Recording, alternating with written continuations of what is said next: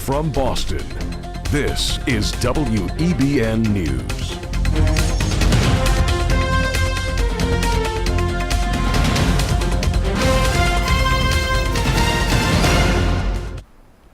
Hello and welcome to WEBN Political Pulse. I'm Daj Landesman. And I'm Isha Marate. We begin with the top stories from this week. Vermont Senator Bernie Sanders has officially announced that he will run for president in 2020. Sanders gained national attention after running against former Secretary of State Hillary Clinton in the 2016 Democratic primary. Sanders, who's most known for his Democratic Socialist platform, decided to run because he believes he's the best candidate to take on President Trump. The House and the Senate approved a spending bill to avoid another government shutdown and distribute annual funding to all government agencies.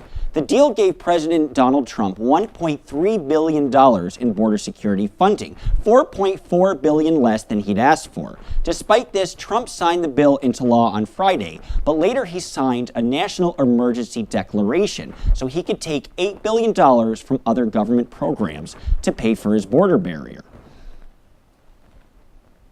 The president was able to bypass Congress and get the money he needed. There was pushback. The House Judiciary Committee announced that it is launching an immediate investigation into his decision to declare a national emergency. Many political analysts are fearful this is a constitutional crisis.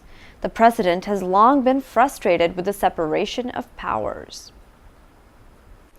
Former Republican Massachusetts Governor William Weld has formed an exploratory committee, the first step towards running for president in the 2020 election. Weld is the first Republican to go against Trump during next year's primaries. Political analysts say defeating Trump will be challenging, but not impossible. Weld, who ran for vice president as a libertarian in 2016, made the announcement at a traditional politics and eggs breakfast in Bedford, New Hampshire.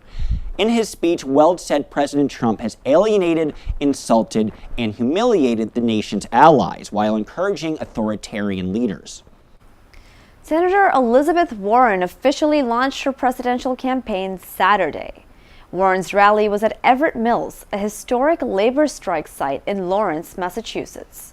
She discussed the importance of strikes in shaping policy change in America. Warren received endorsements from Congressman Joe Kennedy III and Senator Ed Markey at the rally. She's up against Senator Kamala Harris, Amy Klobuchar, Cory Booker, Kirsten Gillibrand, Bernie Sanders, Julian Castro, and Tulsi Gabbard for the Democratic nomination. WEBN reporter Ian Sloan was at the rally this past week. Take a look. We're here in Lawrence, Massachusetts, where Senator Elizabeth Warren has just announced that she is a candidate for the President of the United States during the 2020 election. She adds her name to a list of Democrats who have already opened their campaigns to try to stop President Donald Trump's re-election hopes. That's why I stand here today to declare that I am a candidate for President of the United States of America. She's sending me a message, a direct message that she cares for us immigrant, working class, people of color, gay people, and struggling people. And I'm proud of that she chose this city to announce her candidacy. For WEBN News Boston, I'm Ian Sloan. Democratic Senator Amy Klobuchar also entered the presidential sweepstakes in Minneapolis in front of 9,000 people in the middle of a snowstorm. Klobuchar outlined her agenda for universal health care, climate change, gun control, and criminal justice. Within hours of her speech, President Trump mocked the senator's speech on Twitter. He said, "Amy Klobuchar, fighting global warming while standing in a blizzard of snow. Bad timing." We now go to our White House correspondent, Anissa Gardizi, for a look at the latest in Washington. Anissa? Thank you. A White House security specialist is seeking whistleblower protection from the federal government after she was suspended without pay for 2 weeks. Tricia Newbold has charged her boss, Carl Klein, with discriminating against her because she raised concerns about certain administration officials having security clearances. Newbold earlier filed a complaint against Klein, charging him with discriminating against her because she has a rare form of dwarfism. Newbold told CNN that there were at least 30 people considered undeserving who were granted security clearances by her boss. In 2014, President Donald Trump criticized then-President Barack Obama for playing too much golf during his presidency. Now, in 2019, a White House spokesman says President Trump personally purchased a $50,000 golf simulator that he can use to play golf in the White House. Records show that Trump has spent more time golfing than Obama. The new simulator replaces an older one that was installed while Obama was president. The simulator allows players to hit a real golf ball into a screen that is a virtual course. 71-year-old President Trump is obese, one of the results from his annual physical exam. He now weighs 243 pounds at 6'3". Doctors say that makes the president's body mass index 30.4. Anything over 30 is considered obese. The president's only known form of exercise is golf. Despite gaining weight during his presidency, Trump's cholesterol levels were down, according to doctors at the Walter Reed National Military Medical Center. His blood pressure is normal. That's all I have for this week. Now back to you. When we come back, a new attorney general is appointed. And an update on the situation in Venezuela. Senator Elizabeth Warren appeared before a group of Native American women leaders at a luncheon on Tuesday in Washington. The Democratic presidential candidate from Massachusetts has faced criticism on the campaign trail about falsely claiming she was of Native American ancestry. She told women at the lunch that she has apologized to the Cherokee Nation for saying she was Cherokee, and she expressed regrets for taking a DNA test. Senator Warren maintained she has received no preferential treatment for saying she was Native American. Despite Senator Warren's apology, it doesn't appear the issue will soon go away. The Senate approved William Barr 55-45 as President Trump's new Attorney General. Barr previously served as Attorney General under President George H.W. Bush. Barr pledged the Senate that he would be transparent with Robert Mueller's final report, but then said, oddly, he may not release the report to the public at all. He also stated that Mr. Trump will not be able to make any changes to the report before it is finalized. Former Starbucks CEO Howard Schultz, who is considering a run for the presidency, said when it comes to the race, he does not see color. But now he claims his remark was misinterpreted. His statement contradicts a recent anti-bias training program for Starbucks employees. Schultz appeared in a course video and even took the training, where the question of color repeatedly came up. Now, for a look at what's going on around the world, we go to our international correspondent, Amanda Hampton. Amanda? Thank you. Several weeks ago, the Trump administration imposed sanctions against Venezuela's state-owned oil company, Petroleas de Venezuela. This appears to be an effort to topple the government of President Nicolás Maduro, who President Trump has condemned as a threat to democracy. Since President Maduro took office in 2013, Venezuela's economy has shrunk by half. Economists say the new U.S. sanctions could lead to another 26% reduction. Ongoing deals with Russia and other major investors will allow Petroleas de Venezuela to continue functioning. However, the expected blow to Venezuela's economy will cause the already critical scarcity of food and medicine to worsen. Attempts to provide aid to Venezuelan citizens have been halted at the border by the Maduro administration. U.S. government officials have indicated that President Trump has not ruled out American military intervention to remove President Maduro from office. Several British officials have said a vote on Irish unification could be imminent if a post-Brexit agreement cannot be reached. In the event of a no-deal Brexit, the United Kingdom would leave the European Union on March 29th, with no transition period and no arrangements in place regarding a future relationship with Europe. At present, Ireland is politically divided. The Sovereign Republic of Ireland has jurisdiction over most of the country, while Northern Ireland is part of the United Kingdom. Cabinet ministers believe a no-deal Brexit could create an environment of chaos and uncertainty that will likely spur an Irish unification vote to take place, allowing for the possibility of Northern Ireland's separation from the UK. For the first time, Pope Francis has publicly acknowledged the growing scandal of Catholic priests sexually abusing nuns. he is committed to taking action to fight the problem. The Pope stated that the Church has already begun attempting to end the sexual misconduct. He cited his predecessor, Pope Benedict XVI's unspecified action against a French order, whose priests had coerced nuns into, quote, sexual slavery. Many feel that Francis's words did not inspire confidence and are concerned with the lack of tangible results, despite the pontiff's claim that the Church has been dealing with the problem for a long time. That's all I have. Now back to the desk. Senate Majority Leader Mitch McConnell promised to send the Green New Deal to the Senate floor for a vote.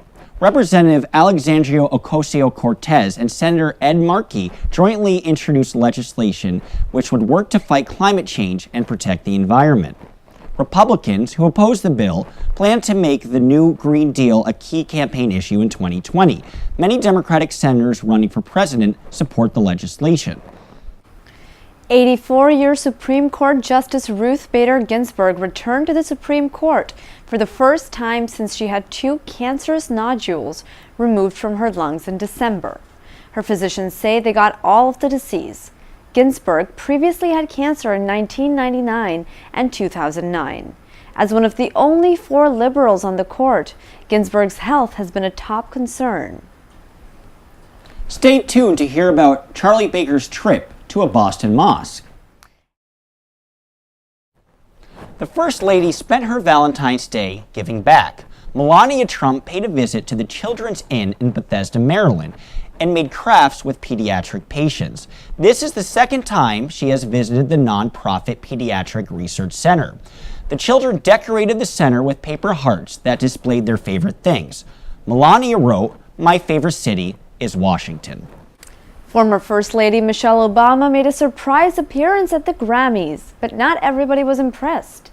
Obama shared a screenshot on Instagram of a conversation with her mother, who asked if Obama had met any real celebrities, followed by the hashtag texts from my mom. The First Lady opened the show with superstars Jennifer Lopez, Jada Pinkett Smith, Lady Gaga, and host Alicia Keys. Massachusetts Governor Charlie Baker became the first sitting governor to visit the Islamic Society of Boston's Cultural Center, the largest mosque in New England. Baker attended a prayer service and met with leaders of the mosque. Baker reflected on his visit, saying, quote, "The vast majority of people that I talk to in communities of faith, the languages are different, the stories are different, but the meaning is the same."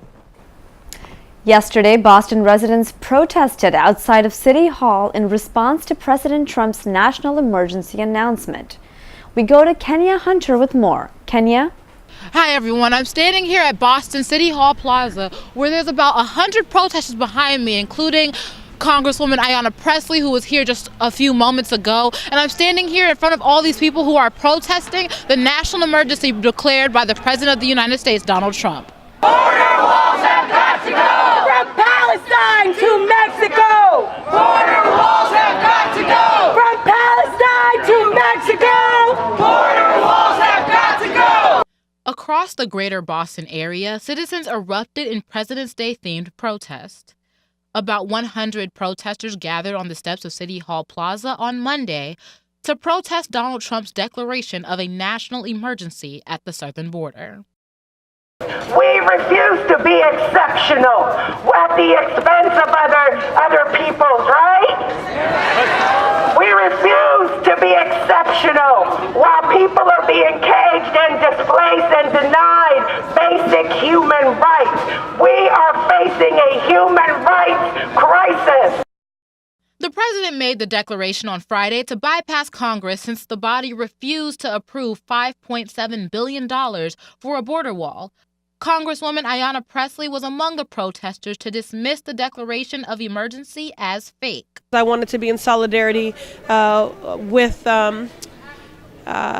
my fellow movement and coalition builders in the resistance as an affront on President's Day to this administration's hateful rhetoric and racist policies and this fake emergency to erect a wall, what I consider to be a monument of hate. One sentiment at the protest included the abolishment of immigration and customs enforcement. The Congresswoman in the past has called for the abolishment of ICE.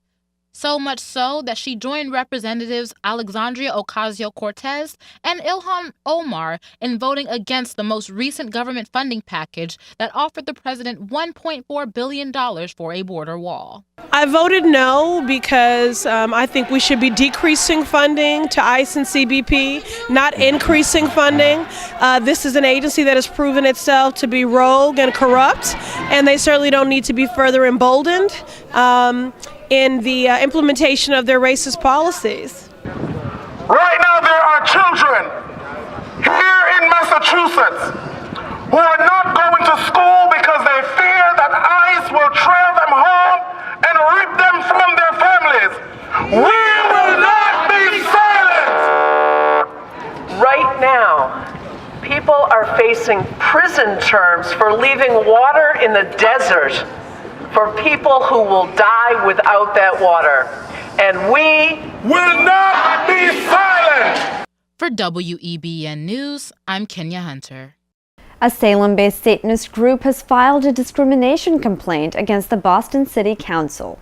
The group claims that they were not allowed to read their invocation at a city council meeting because it was invitation only. The Massachusetts Commission Against Discrimination is overseeing the complaint. That's all the time we have for today. Make sure to follow us at WEBN.TV. I'm Dodge Landesman. And I'm Isha Marate.